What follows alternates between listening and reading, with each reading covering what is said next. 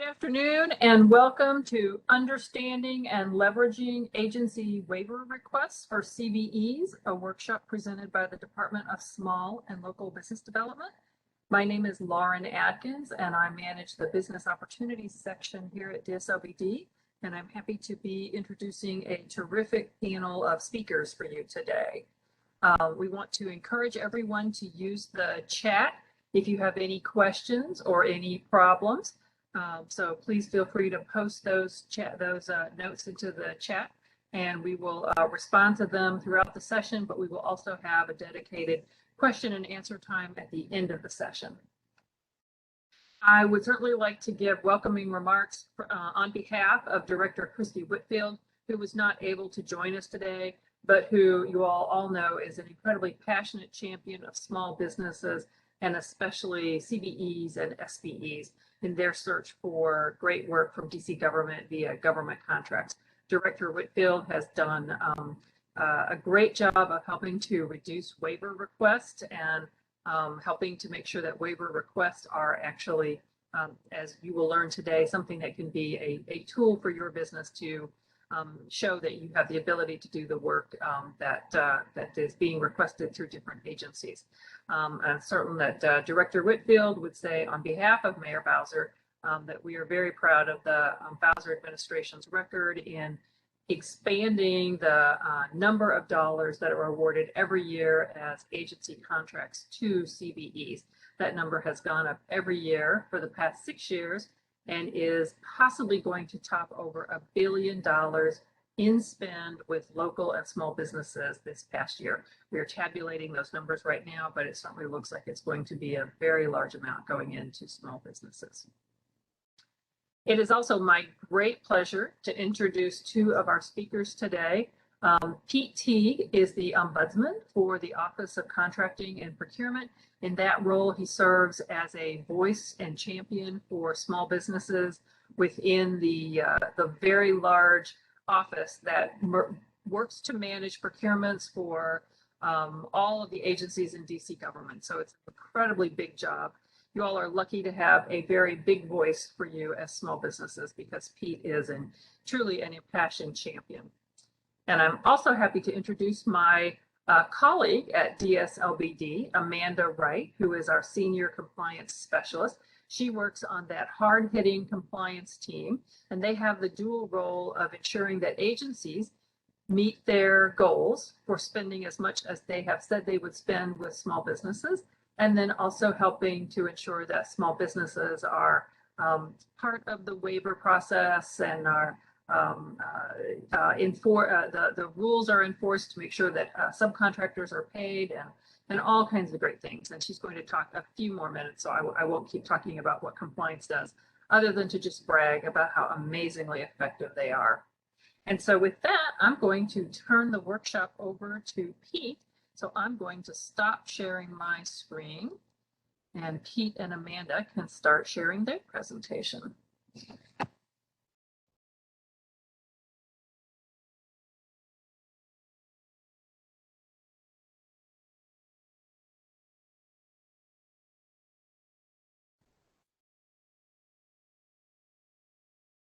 Okay, I can see the presentation. Thank you, Lauren. Excuse me, and thank you to our audience for taking time this afternoon to be with us, to invest in yourselves in learning a bit more about the waiver process and how the district does business. Please ask us a lot of questions. We want to answer those questions and we want to help you to be successful. What I'm going to do in the beginning of the presentation is give you an overview of who the Office of Contracting and Procurement is, what we do, what we buy, take you through a little history of the Small and Certified Business Enterprise Act and how that relates to waivers. Then Amanda will take us through the details of the waiver process. And after that, we'll share a view into the Oacp, Office of Contracting and Procurement, Transparency Portal, and how you might be able to leverage that, or how you can leverage that to identify opportunities and be successful. So with that, as an overview of OCP, and incidentally, some of these slides I will go through a bit quickly because I think the really important and beneficial information for you is going to come in Amanda's slides, and then at the end when we review how to leverage the transparency portal. So with all that, the Office of Contracting and Procurement services 78 agencies and offices in the executive branch of DC government. There are other agencies that do not fall under OCP, but they turn to us for direction. They turn to us when they need to find a certified business enterprise in concert with working with DSLBD. For the last fiscal year, which just ended a week or so ago, spend was in excess of $5.6 billion. That's not a typo. That's a B. Because most all of the programs were initiated, and COVID expenses pushed us up a little bit as well. We anticipate that the 78 agencies that we represent in going into FY22 will likely exceed last year's numbers. So the point there is, this is only 78 agencies in the district government, and the spend is huge. It's important at the same time to keep that $5.6 billion number in perspective, because some of the money that we spend comes from the federal government for construction projects and for managing Medicaid and Medicare. But even if you took maybe $2.5 or $3 billion out of that number, there's still a huge spend just with these 78 agencies and offices. OCP has 6 divisions. I'm not going to read the slide to you, but I will point out 2 of the divisions, excuse me, one of the divisions that would be of particular interest to CBEs and those of you who may be outside of the district, and that is our surplus property division. They are responsible for taking care of and dispositioning assets that agencies no longer use or that have reached their financial appreciation but are still usable. And I point it out because there's opportunity for you there at CBEs and other vendors. And the opportunity is, this is a simple example, if you were in the trucking business and you needed to buy a box truck, and a box truck costs $100,000. I don't know what they really cost, but suppose that it does. It would behoove you to go to our surplus property division and find out if we happen to have a fully depreciated box truck that would do the job for you that you likely could buy for substantially less money. Another example would be you need to refit your office with furniture and computers and a variety of other items. You can go to the big box store and spend who knows how much money on new equipment, or you could check our surplus property to find out if we have exactly what you need, slightly used, but at a lot less expense. So we point that one out. Our mission at OCP isn't any different than the mission of any procurement organization, be it private or public sector. Our job is to balance your capabilities with the district's need and do so in a timely fashion and at a reasonable cost. That pretty much speaks for itself. What we particularly pride ourselves on in OCP and our vision is to improve the efficiency, the quality, and the transparency of the procurement function. And we focus particularly on transparency. We want the citizens and the taxpayers to be able to see where their money is being spent. But for the purposes of this conversation and this presentation, we want to make it very clear to you and easy to find where the opportunities are and what the value of those opportunities happens to be. So big on transparency. And with that, if we can go to the next slide. Okay. Within OCP, as Lauren indicated, is the Office of the Ombudsman, which happens to be me. And my job is to provide you, the CBE community, and then vendors at large a voice into DC government with regard to procurement and contracting. Job is to hear what your grievances are, what your complaints are, what your suggestions are. In a situation where there may be a complaint or a grievance, to impartially investigate the nature of the grievance, identify what the options are to solve the problem, and make a recommendation. And that's important to you because it prevents you or reduces your need to file formal protests, which can be very expensive. And it's important to note that the office is impartial. You know, at first when I took this job, I thought, gee, how am I going to be impartial? And I have found it to be very easy in that the Chief Procurement Officer, George Shutter, listens. He doesn't just hear what I have to say and what the recommendations are. He listens and takes action on them. The other piece of this job is to provide training in settings such as this one, or one-on-one if somebody needs more detailed education on how the process works, or wants to talk strategy or hear about what's worked for other vendors. So that's the purpose of this office. If we can go on to the next slide. Again, I'm not going to read the slide. It speaks for itself. But what I want to point out is that this is just a partial listing of what Oacp buys on behalf of all of those agencies. So it ranges from advertising and novelties to information technology, to construction, to health and human care services. And again, I'm not going to read the whole slide, but the idea is there is a wide range or a very big portfolio of goods and services that we procure, and that all makes up the $5.6 billion that we talked about a few slides ago. So with that, let's move on to the next slide and talk a little bit about the history of the Small and Certified Business Enterprise Program here in the district.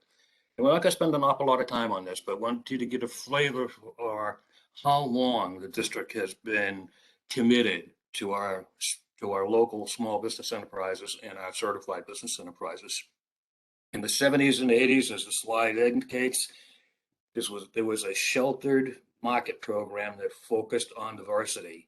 And much the same as today's version of the program, there were goals that agencies had to commit to try to achieve. As time went by and we moved into the 90s and the 2000s, the program became a disadvantaged business enterprise program. So again, it was local focused, a little bit diversity focused, but it took a little bit of a different shape and began to provide the foundations for the program that we have today, which was established in 2014 and has been massaged and made better as time has gone along. And it's based on business size, industry segment, and geographic location and ownership. So it's targeted to district-based small business enterprises and to district-based certified business enterprises. If we can move on.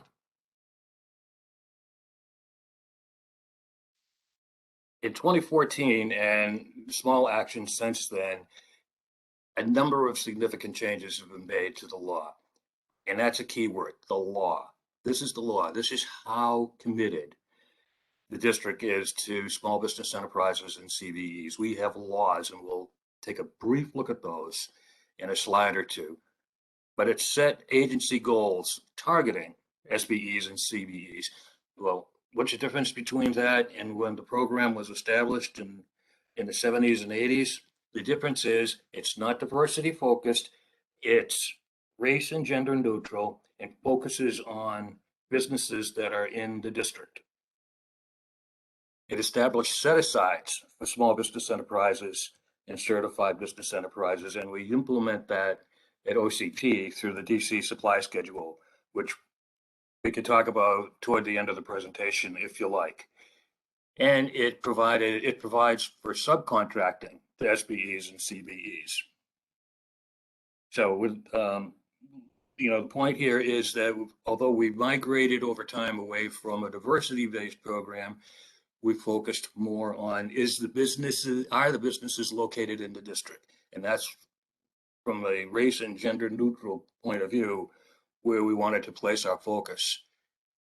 That said, we are in the midst of, I should say, Dslbd is in the midst of having a disparity study done to find out if we're missing an opportunity in the diversity supplier community and not including them as much as we should. We won't know the results of that until a year or so from now. But important to know that we're continuing to find ways to evolve and make the program better and more equitable for everybody.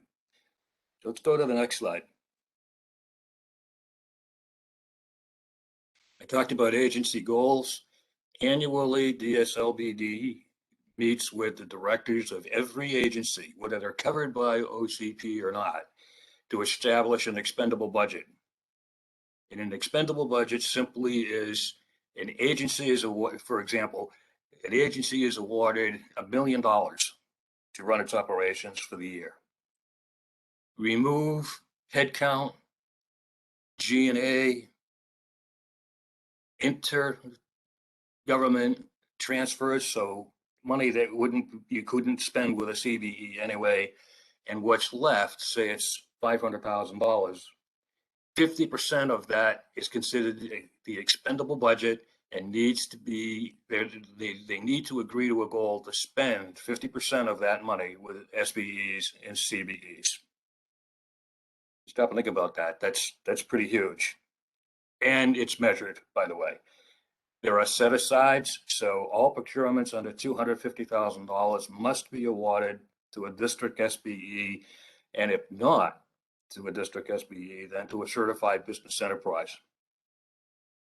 From a subcontracting point of view, any procurement greater than $250,000 not awarded to a district SBE or CBE needs to include a subcontracting requirement of 35% of the total contract value back to a CBE.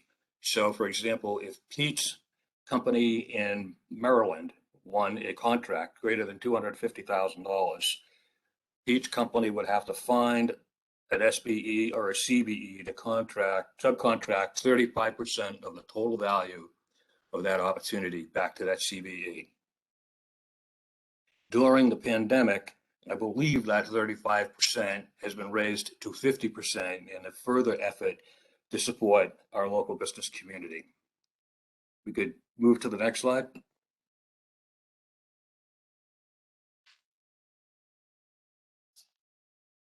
And this slide, in a lot less words, just talks about what I just explained to you.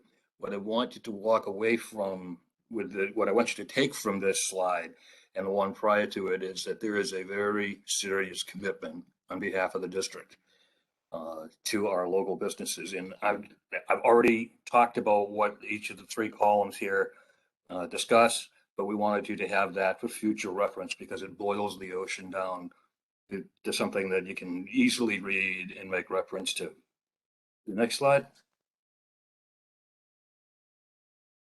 And then just talk a little bit about the benefits of the act if they aren't abundantly clear to you.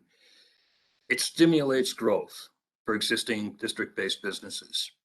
It actually does make the district more attractive to startup companies and provides an incentive for other businesses to establish themselves in the district and relocate their business. Job creation comes out of all of these programs as one of many things, because as small business enterprises and certified business enterprises grow, they're going to hire people, taking people off the unemployment line. That's a great thing. And overall, it increases the district's tax base because the local businesses are making more money, they're employing people, therefore they're paying a bit more taxes. Not that I'm fond of paying taxes, but it's how the district is funded. So there is a lot that this program brings forward for our local businesses. The next slide.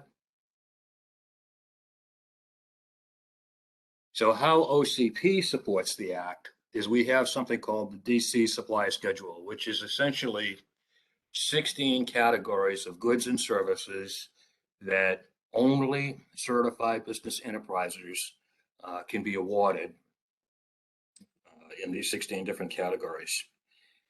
We apply preference points when SBEs and CBEs are participating in a solicitation. Depending on the designation that Dslbd gives you, or the number of designations, you could get up to 12 points and 12 preference points on pricing and 12 percentage points on technical evaluations. So the simple example would be if Pete's company was competing against you and bid $100 for widgets, and your bid was $110 for those same widgets, on paper, we would give you 12-point preference. Therefore, your price just became lower than Pete's proposal or bid. You win. Lowest price wins in most of these situations. Again, we provide guidance to the district agencies that we support, particularly during the establishing of the expendable budget. And identifying where there may be opportunity to do business with local businesses. We hold an annual what's called reverse trade fair. And I always, for a long time, that confused me. And what it really is, it's an opportunity annually for our local businesses, and in some cases, our regional businesses, to meet with program staff, to meet with contract officers and contract specialists, to identify where there are opportunities and how they can better sell to the district. A lot of what we do, what we talked about in the beginning of the presentation and here, is we, as funny as it may sound, we want to be your most favored customer. We want to make the selling experience enjoyable. And I know that sounds strange coming from a procurement guy, but we do that, we want that, and some of it is selfish. We want it to be enjoyable for you because if it's an enjoyable selling experience, it's an enjoyable buying experience. A lot less headache, a lot less guessing about who's doing what. And again, we review the availability of small business enterprises and certified business enterprises during the planning stages of solicitations. Next slide.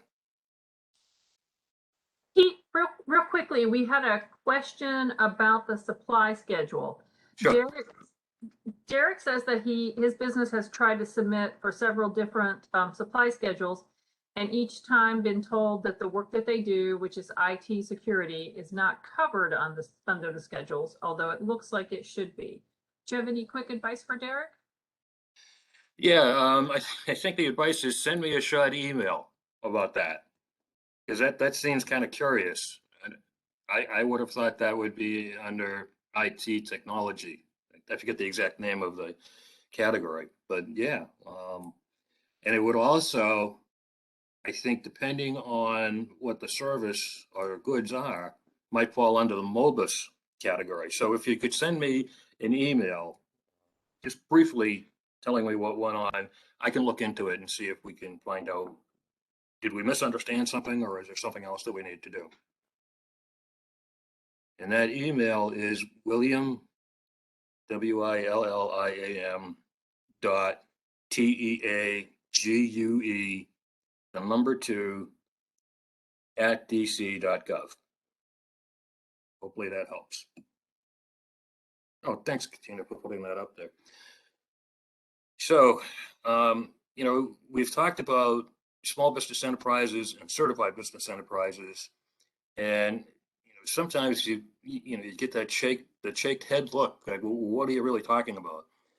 What we're talking about is a small business enterprise is independently owned and operated. It's not a subsidiary of some other company.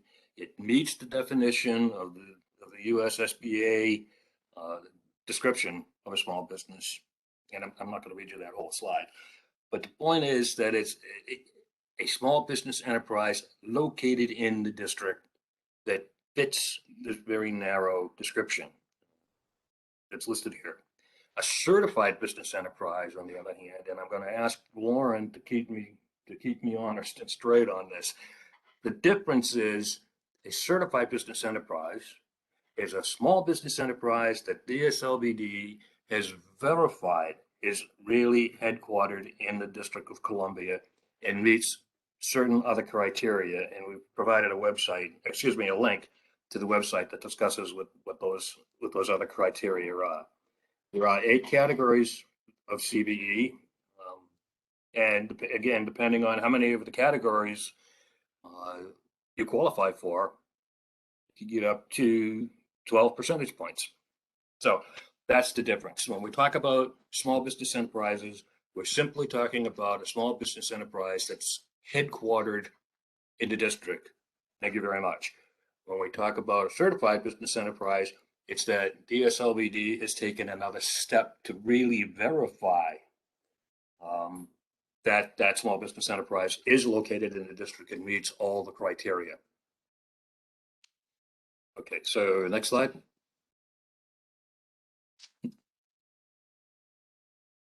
There are some exceptions to the subcontractor requirement that we talked about several slides ago. And those exceptions are if a full or partial waiver has been granted by DSLBD, which is no easy thing to do or to accomplish, to receive. There are special procurement methodologies that sometimes provide an exemption from subcontracting. And those would be cooperative agreements and federal schedules. A cooperative agreement is where a number of states have pulled their resources and their requirements and have one contract. So maybe there are 10 or 15 states cooperating with one agreement for better pricing, better terms and conditions. I'm not going to bother with that third bullet because sometimes even I don't fully understand what it means. Then there are emergency procurements, and that sort of speaks for itself. If the pillars or whatever they're called under the 14th Street Bridge are starting to fail, then that's an emergency. We need to do something. So we're a little bit exempted from having to go find a subcontractor. We need to go fix that problem right now. Next slide.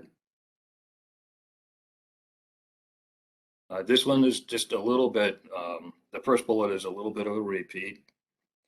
But what I want to point out on this slide is sometimes federal funding, particularly in construction, will preclude the use of local preferences.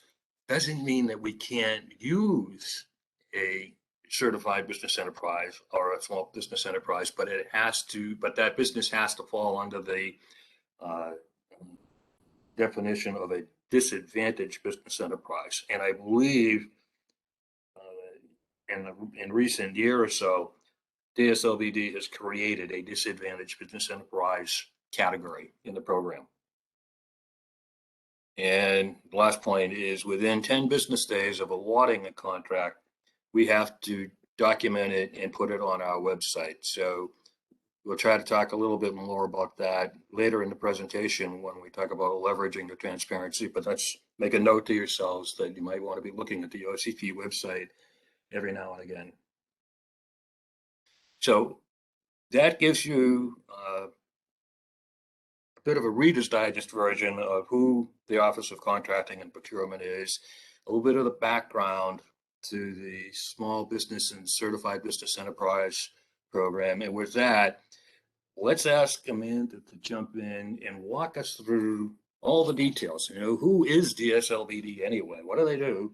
And what is this waiver business? How does it work? And how do I be successful at it? So with that, Amanda, take it away, my friend. Thanks, Pete. So who is DSLBD?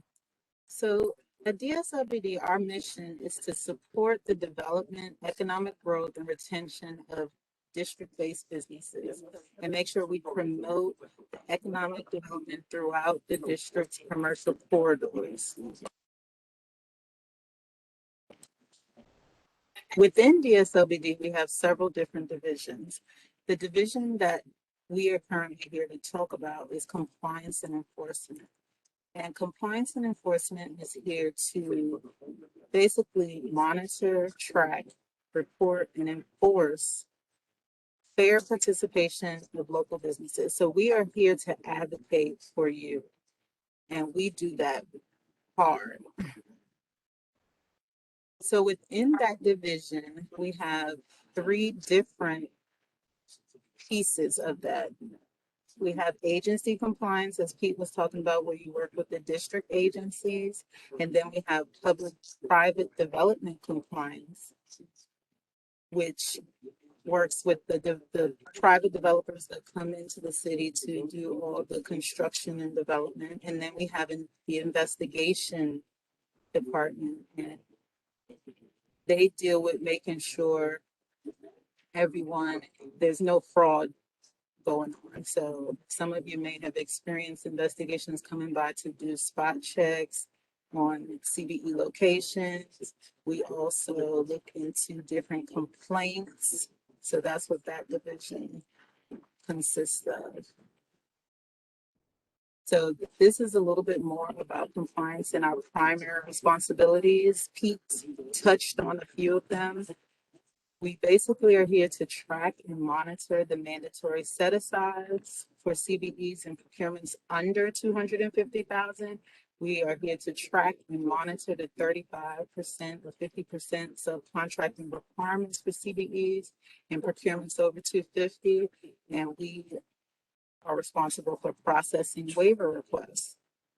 We also track and monitor CBE goal achievements on construction projects. And like I mentioned, we conduct spot checks. And within those spot checks, one thing to note is we do go out to make sure that the SBE or CBE is performing a commercially useful function. And what that means is that SBE that says that they're out there is actually out there doing the service that they said that they are going to do. We also are here to assess fines and penalties if any of these different laws are not complied with.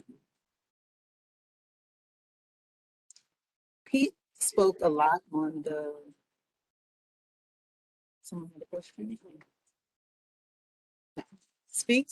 Pete spoke a lot on the Small Business Act, so I'm not going to go into that. The only thing that I want to piggyback on is the 50% emergency increase in the subcontracting amount. That was during the COVID-19 emergency. That is set to expire on November 5th, so it's coming up. They did do a lot of extensions, but we have not heard of a current extension after November 5th. So as of now, it's going until November 5th. Amanda, I do want to jump in and say that they just announced an extension a few days ago. So Oh, look at that. been extended through January. Yes.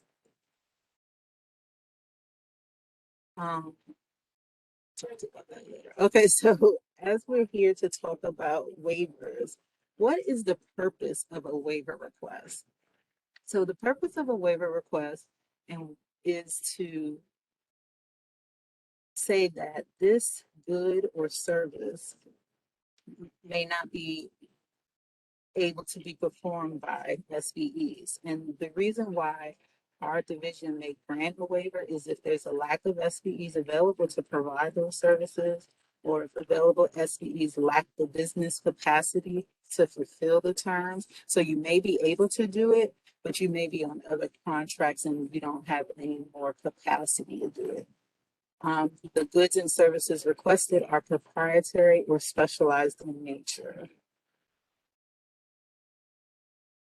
So we wonder, how is a waiver submitted? So the waiver is first submitted by an agency liaison. And what they have to do, they have to go into our system, which is called the District Enterprise System, DES. You'll hear me say DES a lot. And they submit a justification memo on their agency letterhead, basically describing what the service that they are trying to solicit, the process that they completed to acquire SBEs and how many responses they received, a summary of the market research, number of CBEs that are, if any, that are qualified to perform, and basically the contract information. So the contract period, contract amount, and the amount that they want to waive. Now, mind you, they don't have to waive the entire thing. They can waive a portion of it, and then that will be called an adjusted requirement. And this is just a continuation of how the waiver is submitted. The contracting officers at that agency and specialists are the only people that can submit it. We talked about it again on letterhead. Once the procurement agency has submitted the waiver request to DSLBD, we are required by law to post it on our public website within 48 hours. And this public website is where you as a CBE are able to view it. So once the waiver is posted, you do receive a blast from our system to say that this waiver has been posted and you can go view it. And they are posted for 10 days. And once the 10 days have completed, they come down off the website. And once the final determination is concluded, the waiver request is reposted with the final determination letter. Amanda, we had a quick question about, is the waiver only with respect to subcontracting requirements, or can you get a waiver for an entire contract? Yes, the waiver is for subcontracting requirements.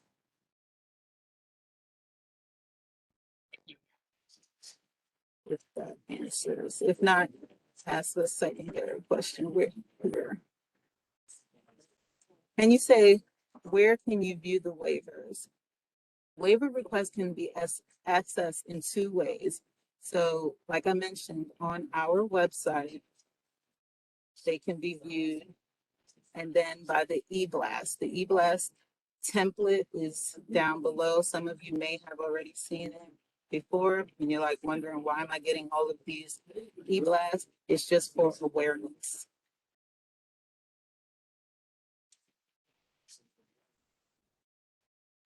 So you say, I'm a CBE and I see that there's an opportunity. What's the next step?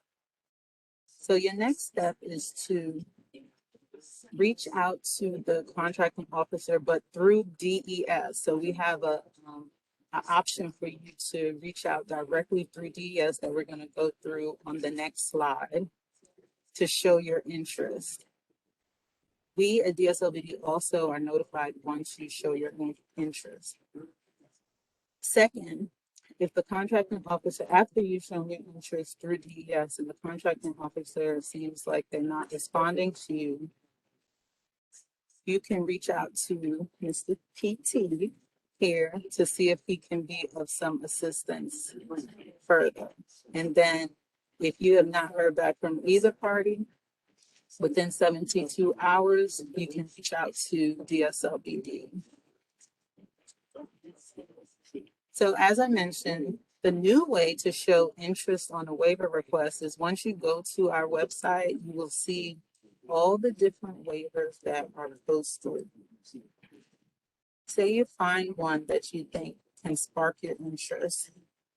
And the way you know what they particularly entail is you'll click on the justification memo. When you click on the hyperlink, it'll open up the justification memo submitted by the agency.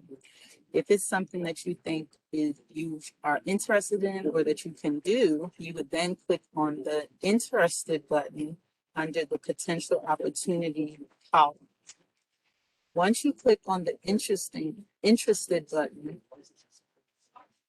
a new box will pop up. So you'll be prompted to enter your CBE FEIN number.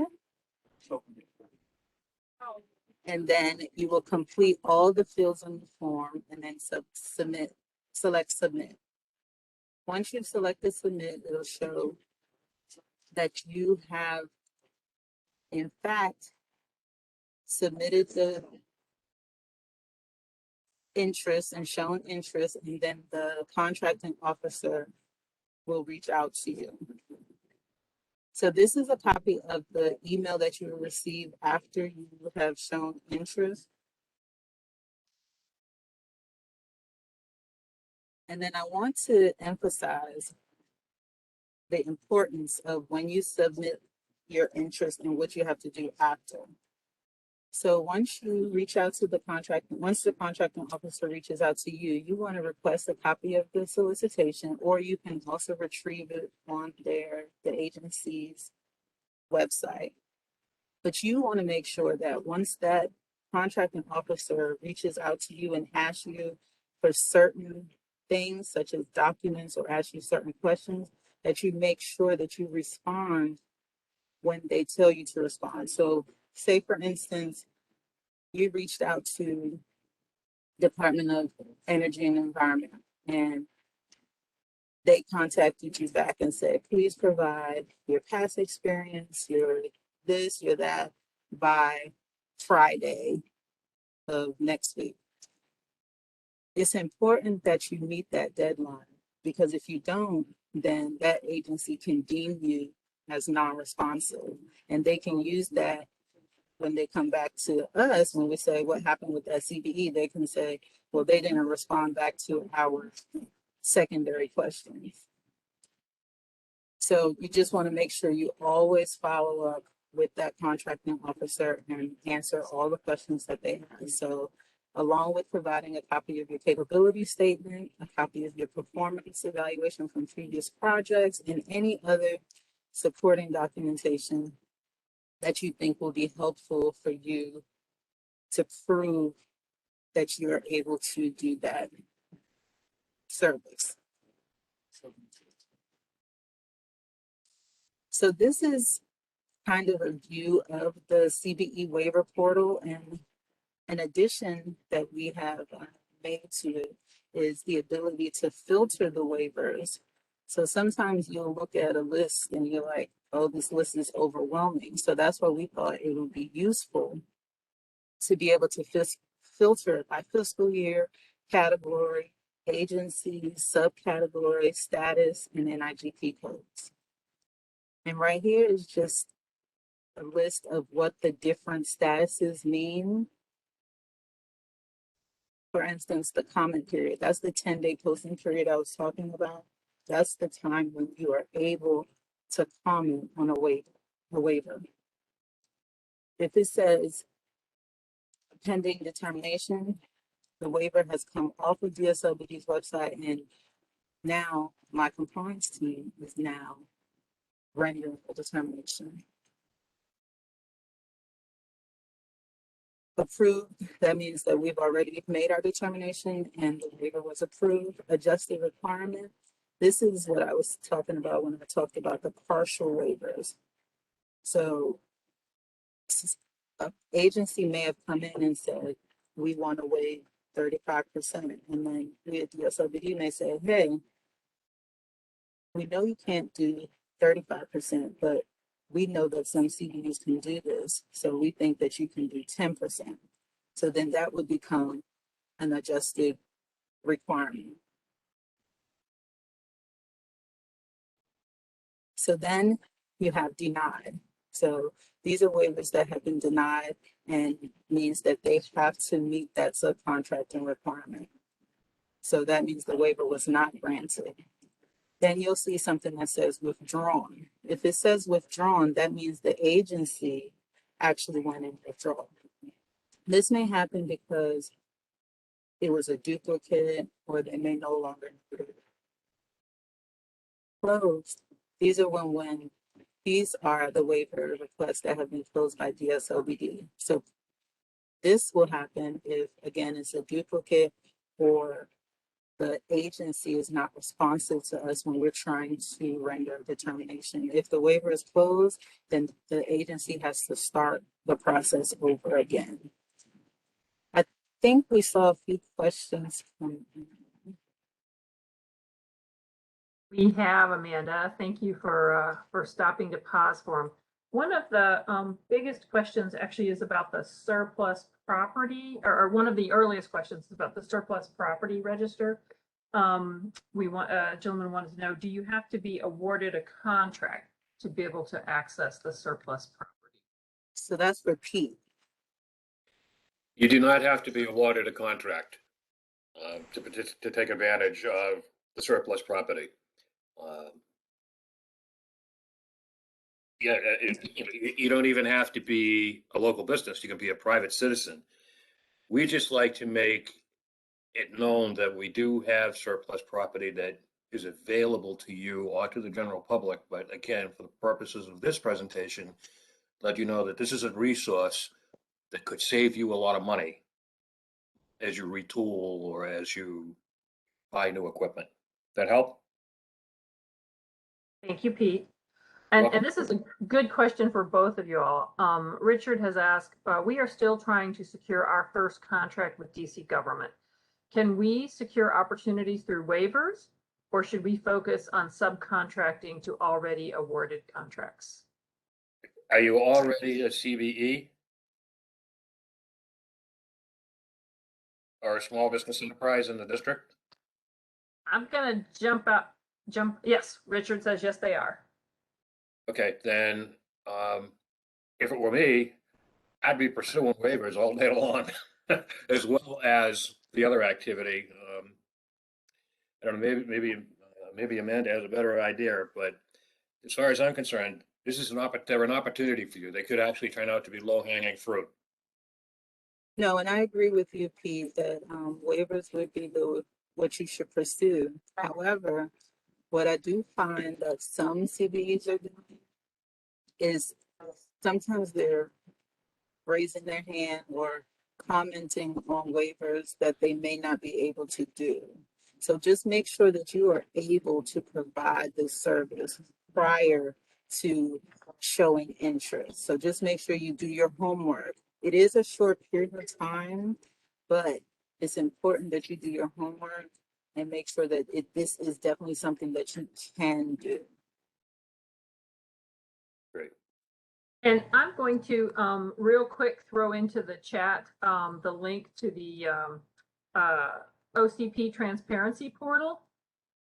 I'm going to recycle some of Pete's good advice, which is if you are trying to go after subcontracting, then check the portal, look at contracts that are awarded, and then you can reach out to the primes and pitch your services to them.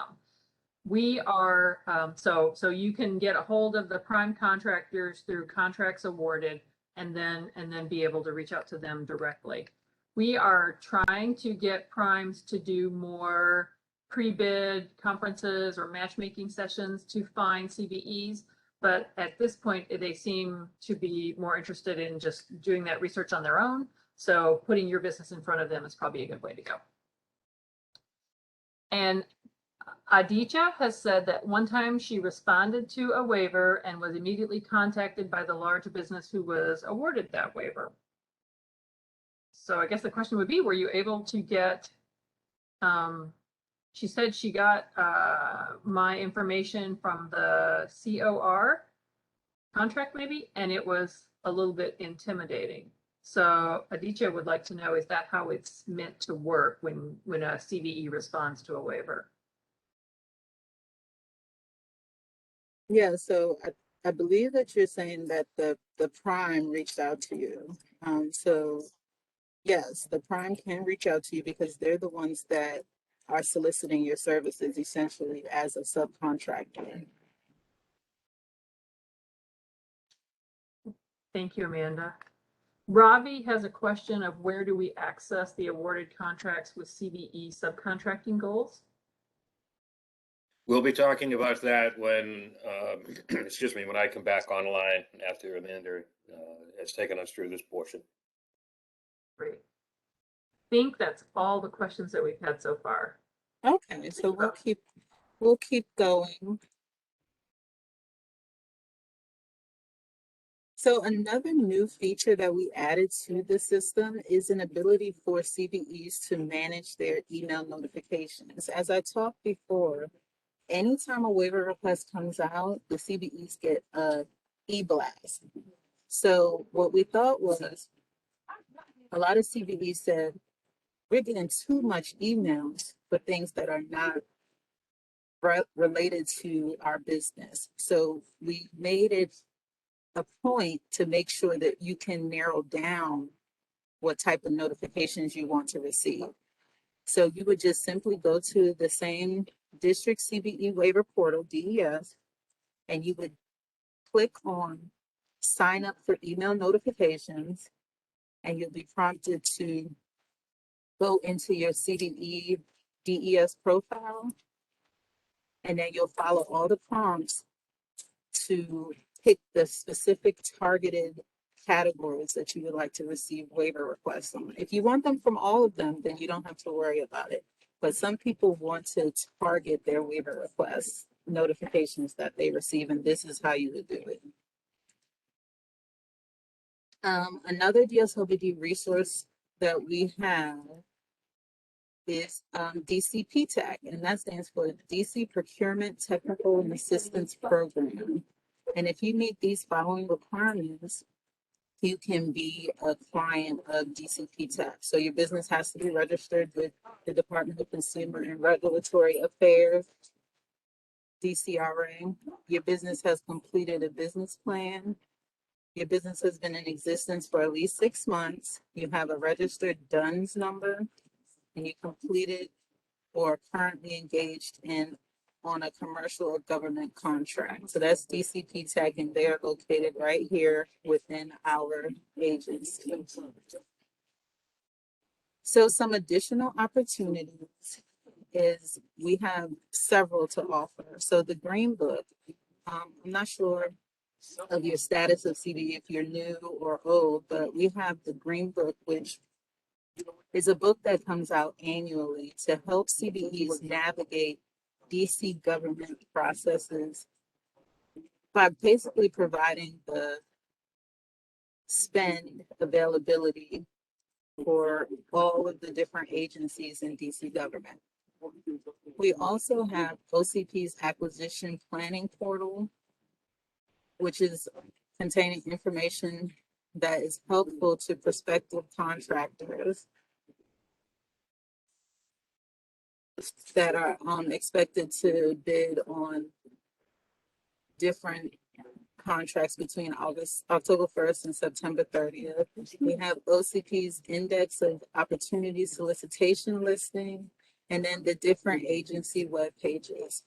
And also know you always should sign up for the DC supply schedule. And just think of everything that you can do to put your business out there and make sure you get all the opportunities that your business can take on. Pete mentioned the OCP and Lauren mentioned the OCP Contracts and Procurement Transparency Portal. Pete is actually going to go into further detail with the portal, but just know that it is a great resource. It has a lot of the information regarding the district's contracting and procurement efforts, and you need to bookmark it if you want to really know everything there is about contracting with the district. And earlier I mentioned our investigation team. So if anytime you're moving about your business and you see anything that looks fraudulent or that you're like, I wonder about this, we just want you to be aware that we do have a fraud hotline. Here is the information listed. This is the email, DSLBD CBE fraud@dc.gov, the telephone number. And note that once we do receive the complaint in-house, we make sure we acknowledge and basically start our preliminary investigation within 24 hours of receipt.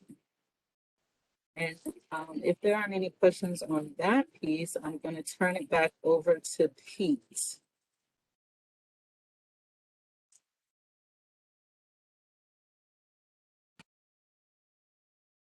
Okay, so I guess, excuse me, silence is an indication we don't have any pending questions, which means that as usual, Amanda has done a fantastic job for us. So let's talk a little bit about strategy. And since we're on the topic of waivers, the one strategy that I would suggest and that I would use if I were selling to the district is don't just look at the waivers that are posted today. If it were me, I would invest the time to look at the waivers over the last number of months, maybe 18 months, and identify, is there a pattern here?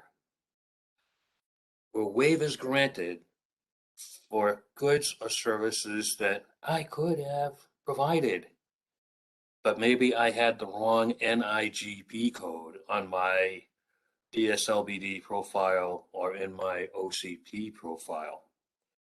And if you discover that that's the case, lesson learned, but start marketing to the agencies who requested the waiver through OCP and marketing to the contract officers to let them know, I see you have bought this item before on a waiver, but I'm a CBE and I sell that product and I've updated my profile to reflect the corrected NIGP code. If you can't easily find the NIGP code within the justification memo that Amanda talked about, find the name of the vendor that was awarded the business through the transparency portal that we're going to talk about. Excuse me. And there you will find the NIGP code. So I used that four-letter term several times, but it's important and it will help you to find opportunity.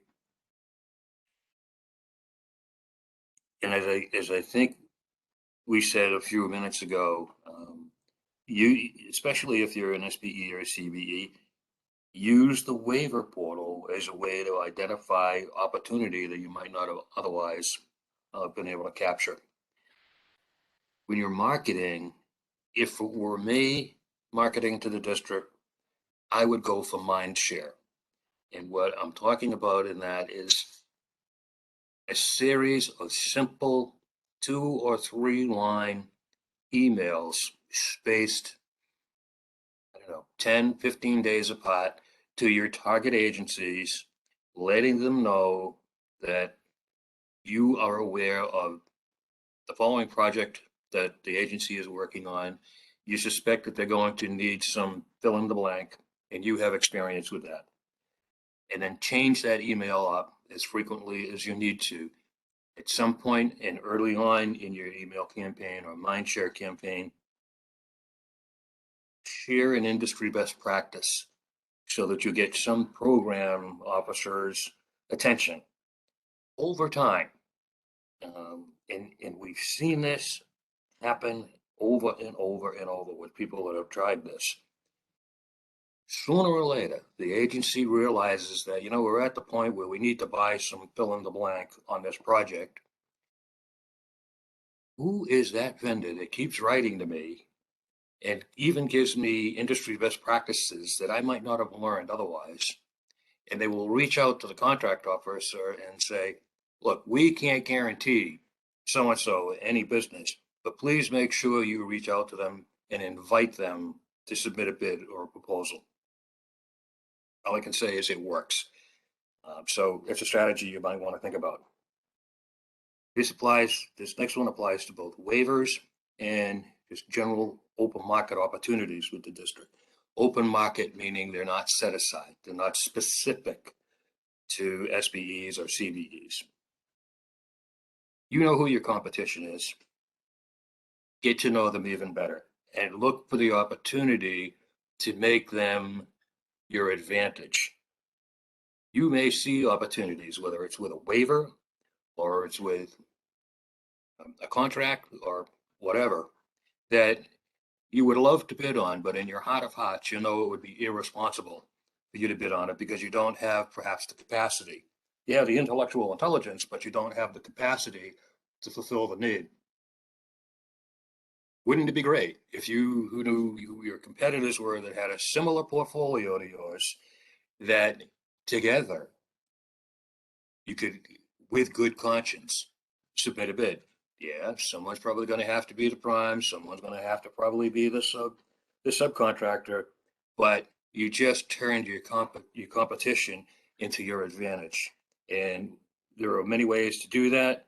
DSLBD has lots of information on how to establish a joint venture, which isn't to say that you have to be tied to this other company for the rest of your career.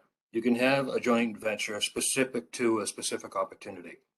So just a couple of off the top ideas for you to consider. And I expect the folks that are on this call can use those, but also it might cause you to think, well, you know, I don't think I'm going to do whatever it was Pete said, but that caused me to think of fill in the blank, and you move forward. So if we could go to the next slide.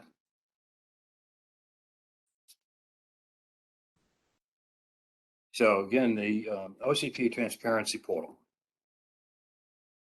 It's your new best friend if you're not familiar with it. And if you are familiar with it, get even more familiar with it and learn how to use it correctly. It consists of 6 tabs: the forecasts, the solicitations, contracts, purchase orders, payments, and links to other agencies. And we're going to talk briefly about each of those and give you some thoughts on, if it were Pete selling to the district, here's how I would leverage that portal.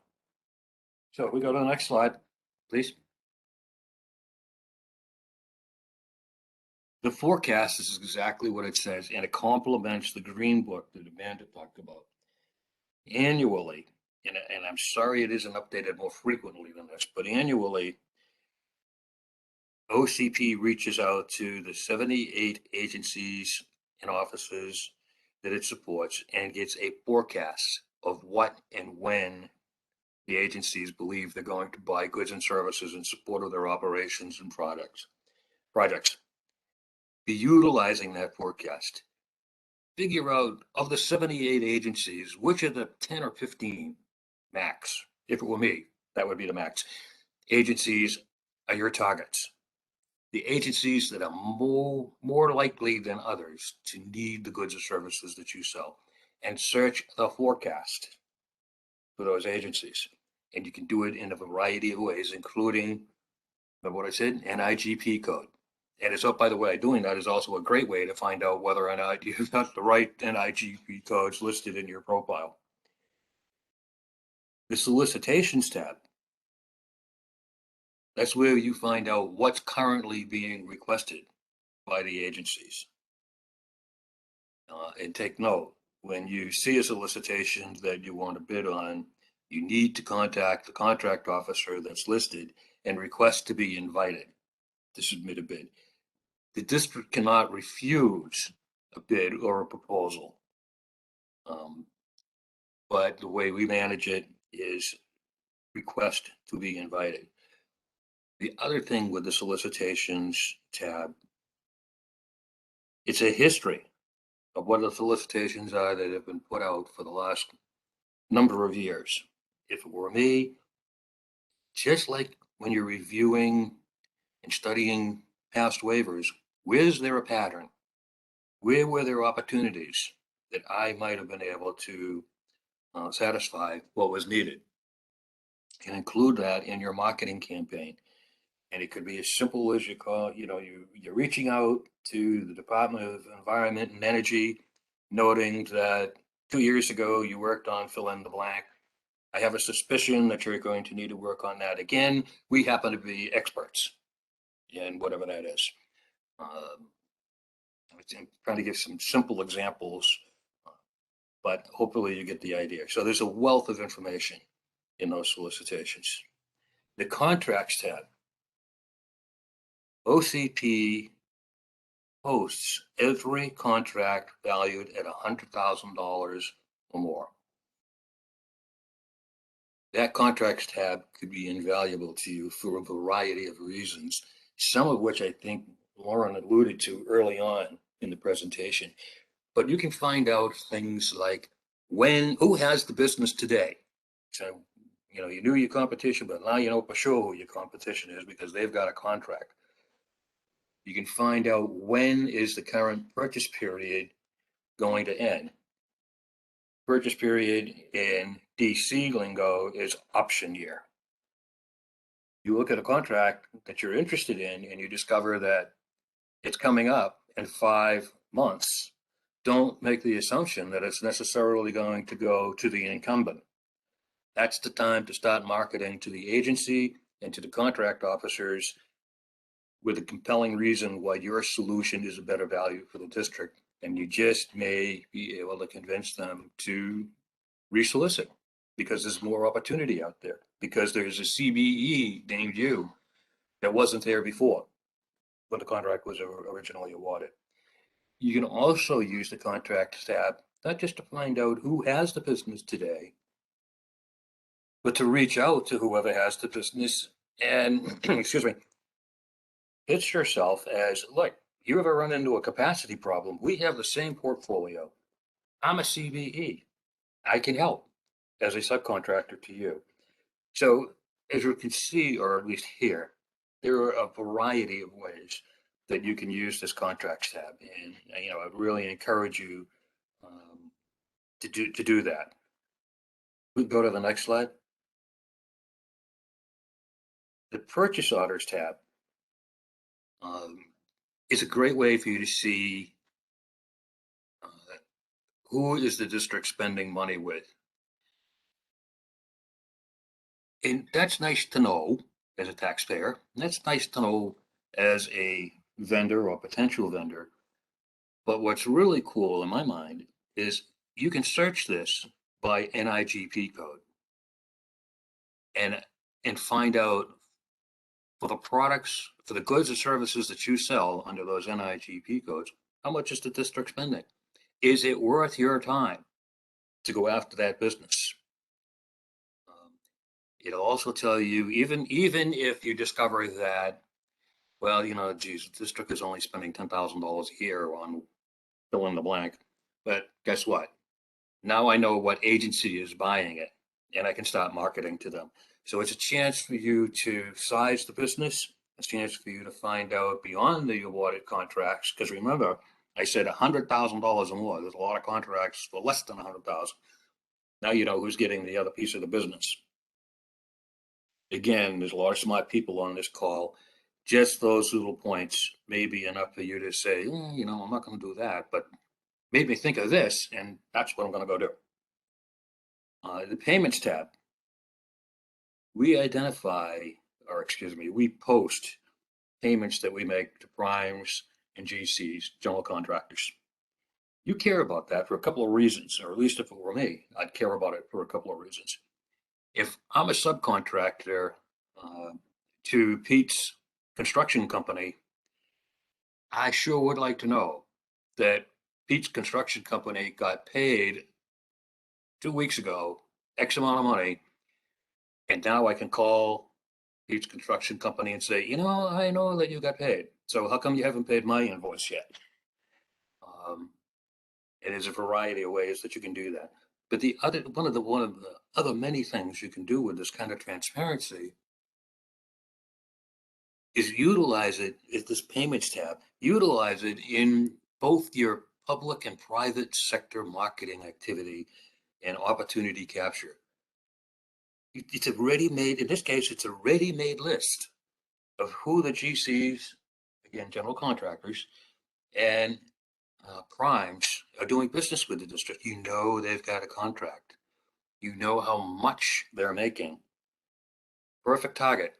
Figure out how you can do business with them.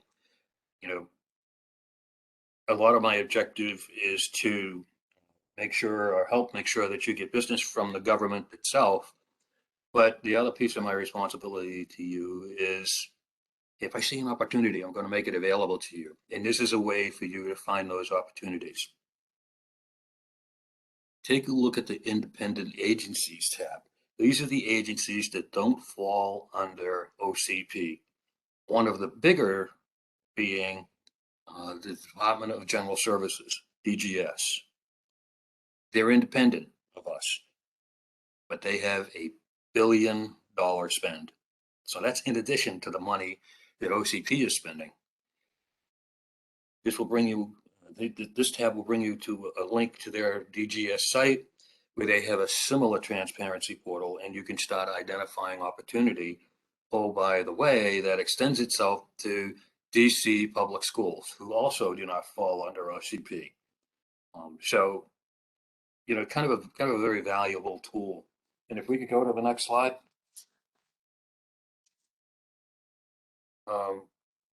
You know, before I forget, there's a, on the OCP landing page, there is a little banner on the top.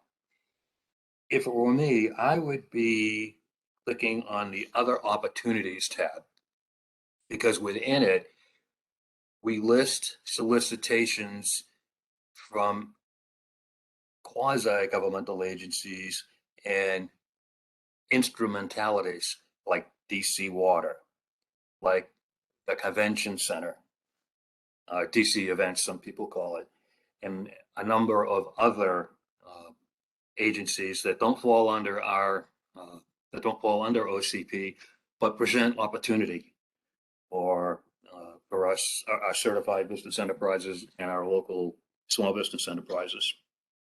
I've already talked about looking at and registering with the Department of General Services and with DCPS, because although, you know, I've stressed that they don't fall under OCP, they are required to use SBEs and CBEs before they award business to anybody else. So, you know, there's some opportunity for you to leverage the transparency. If we could go to the next slide. Oh, maybe let's back up one. I'm sorry. Okay, so visit agency websites, and we kind of alluded to this a little bit ago. You know who your target agencies are. Stay current with what they are working on.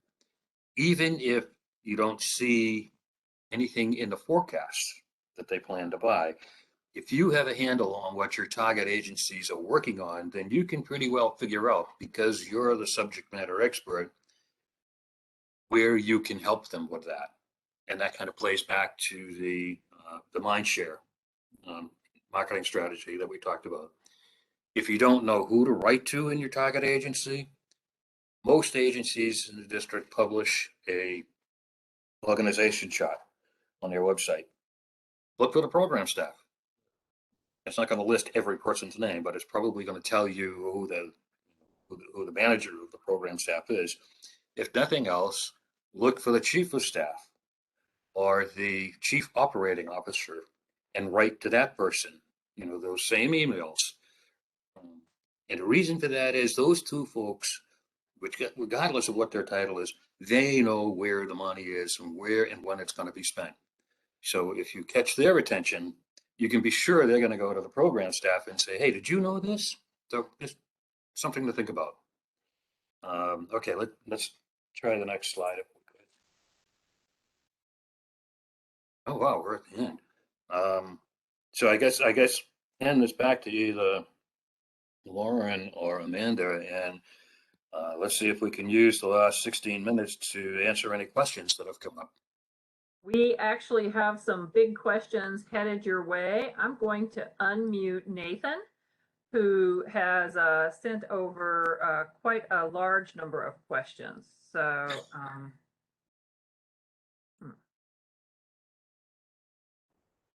Nathan, are you getting my request to be unmuted?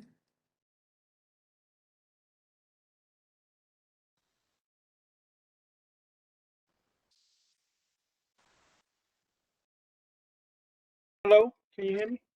Okay, Nathan, thank you. Great seminar. How you doing, Mr. Pete? Good. How are you doing? I recognize that voice. Yes, sir. I worked with you in the past. You've answered a lot of my emails. No, it's just a generic questions. Okay.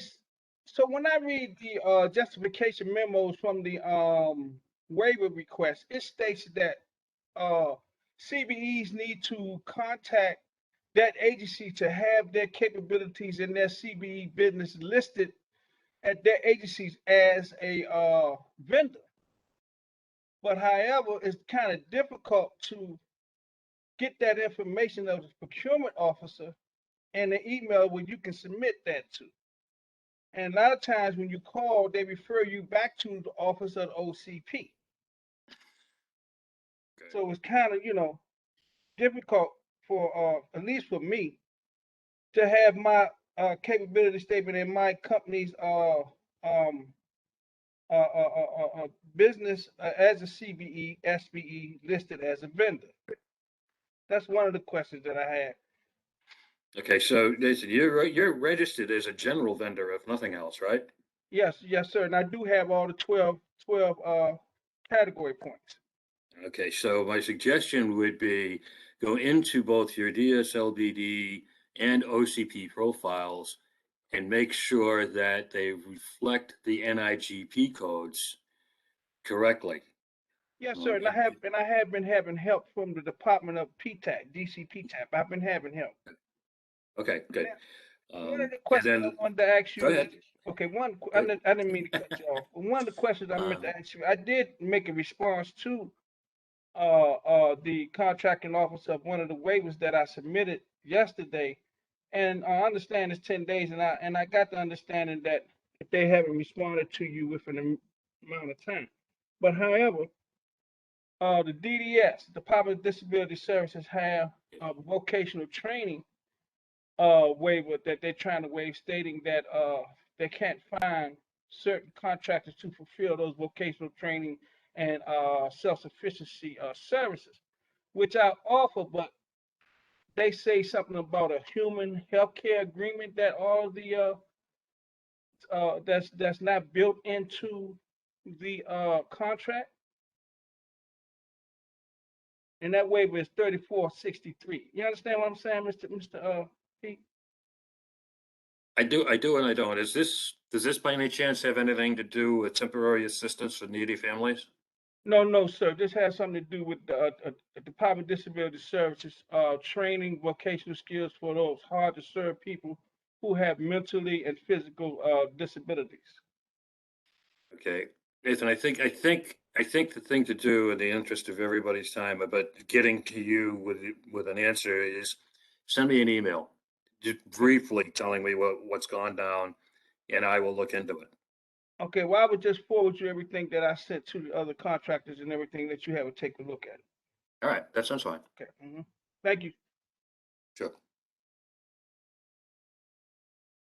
Hey, and I just put Pete's email into the chat again, and I'm going to throw my email in there as well. Thank you. Nathan mentioned that he's getting counseling through the PTAC, which is DSLBD's Procurement and Technical Assistance Center. If you are a CBE and you've been in business for at least 6 months, please email me, and I would love to introduce you to the folks at PTAC so you can get some counseling from them. Okay. Are there any other questions?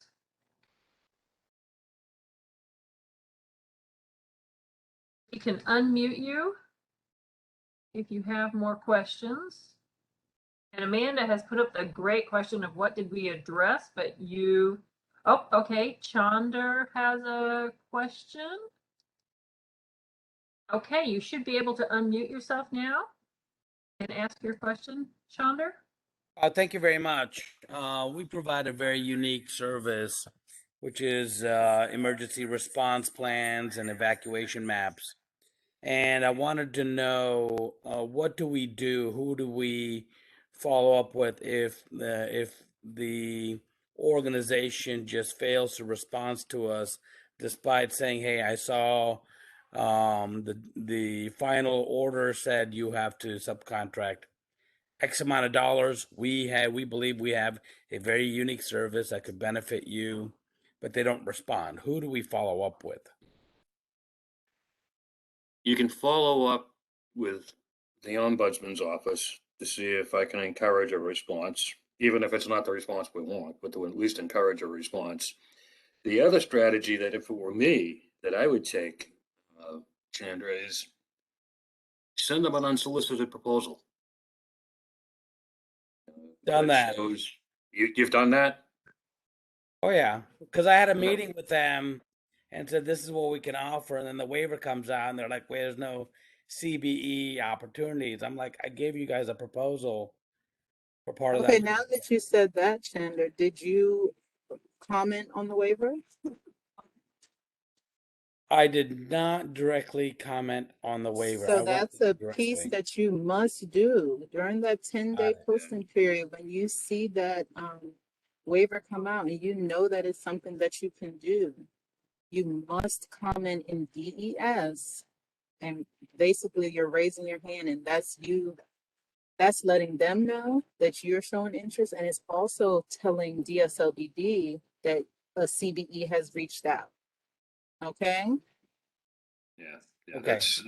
that is a great point because sorry, I tend to just be quite frank because if you're copying the ombudsman and if you're copying DSLBD compliance team, who I affectionately refer to as the police, you're going to get somebody's attention a lot faster. Okay. Now, And oh, by the way, it's following the process. Pete, you mentioned it looking back. I was looking at the justification memos, and there's one from 2018, which happens to be, I'm not going to mention who it is, but so can I still respond to that? Is that too late? It's too late to respond to that, but it's not too late to reach out and indicate that you have been watching the agency and you noticed that that procurement was made. Moving forward, you have that good or service available and you're a CBE. We'd Got it. love to do business. Okay, fair enough. Thank you. Sure. We have a question from Karen Carr, who said that she wants to receive a copy of the displays used in this workshop. I think she means the presentation deck, the slides that have been shown. And I want to ask the presenters, Amanda and Pete, would you be comfortable sharing a copy of your slide deck with everybody? Oh, absolutely. I thought that was part of the plan. Yes. Oh, thank you. So everybody, we will, in the follow-up email, we'll get a copy of the slide deck. And then just to remind everybody, we are recording this. And so the recording will be, it's too large to email. So we'll post it on the DSLBD website and we'll let you know when we post it. It's been taking about a week. And in fact, it's currently taking about 2 weeks to get them posted. So the recording may be out a little bit later. The other quick reminder I had for everybody before anybody starts signing off is please be sure and use the same link. Hopefully you still have the window open. If you didn't, use the same link you used to get into the workshop. And this time pick the evaluation form. And please be sure and go in and send an evaluation so you can let our two amazing speakers know what a great job they did. And also give us suggestions for other workshops that you would like to hear about. So you can get back to that evaluation form with the same link that you used to access the workshop. And this time, instead of choosing to open the presentation, you would choose evaluation form.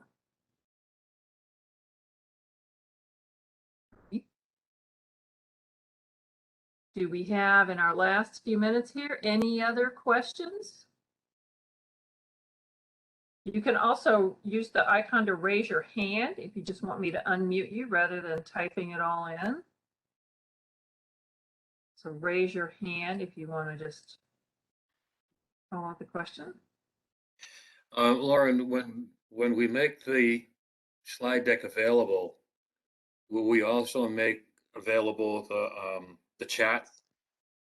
We do not. There's the chat disappears. So thank you for a good reminder, Pete. If anybody wants to capture all of the links that are in the chat, you can just real quickly copy and paste the chat, and then you'll have a copy for yourself. Now, we do have a cheat sheet that we can send out to everybody that has links that we routinely share in presentations. And so Katina and I would be happy to send that along with the slide deck to everybody when we send it out.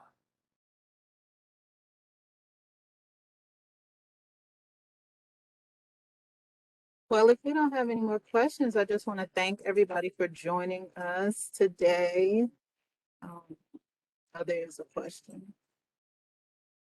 Yeah, Karen has asked, what is the primary location to access open contracts? ocp.dc.gov. And go to the Transparency Portal. Super. Okay, let's make that our last question, although everybody's available to answer questions endlessly afterwards.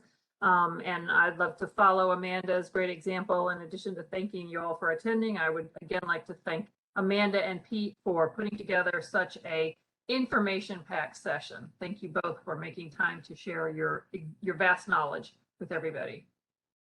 Absolutely. Yes, you're welcome. And everyone have a wonderful day. You. Okay, we'll say goodbye to everybody now. All right, so long.